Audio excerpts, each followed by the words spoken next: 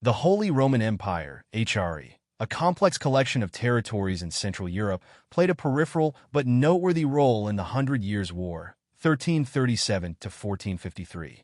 The HRE was not a unified state, but rather a loose confederation of German-speaking principalities, duchies, and kingdoms, with the emperor at its head. Throughout the conflict, the Holy Roman Empire's involvement was largely shaped by the political and dynastic interests of the emperor and the states within it. Political and dynastic interests. The HRE's role in the Hundred Years' War was largely influenced by the ambitions of the emperors and their relations with the French and English crowns. Early in the war, the emperor was Louis IV of Bavaria, who had been in conflict with the Papal States and had limited direct involvement in the conflict. The HRE was more focused on internal matters, such as dealing with uprisings and maintaining its authority over its fragmented territories. However, the emperor's position in the conflict was influenced by the broader European balance of power. The HRE was generally more neutral, although many of the individual German states had closer ties with either England or France, depending on the political landscape at the time. Military involvement and mercenaries. While the Holy Roman Empire itself was not directly involved in major battles of the Hundred Years' War, German mercenaries, known as Landsknechts, were frequently employed by both the French and English armies.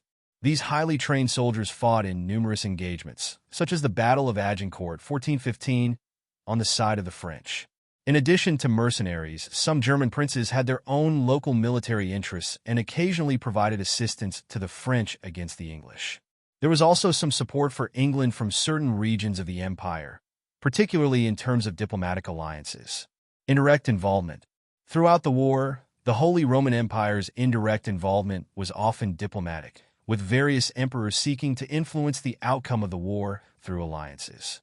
For example, the HRE was influenced by both France and England in an attempt to maintain power within the fragmented empire. The emperor would sometimes act as a mediator in disputes, but his power was often limited by the decentralized nature of the HRE. Conclusion. While the Holy Roman Empire was not a major combatant in the Hundred Years' War, it played a significant indirect role, especially through the actions of mercenaries and the shifting political alliances of its various states. The internal fragmentation of the HRE and the focus on local affairs meant that it was often more of a peripheral player in the broader European conflict between France and England, but its influence on the war's political landscape should not be underestimated.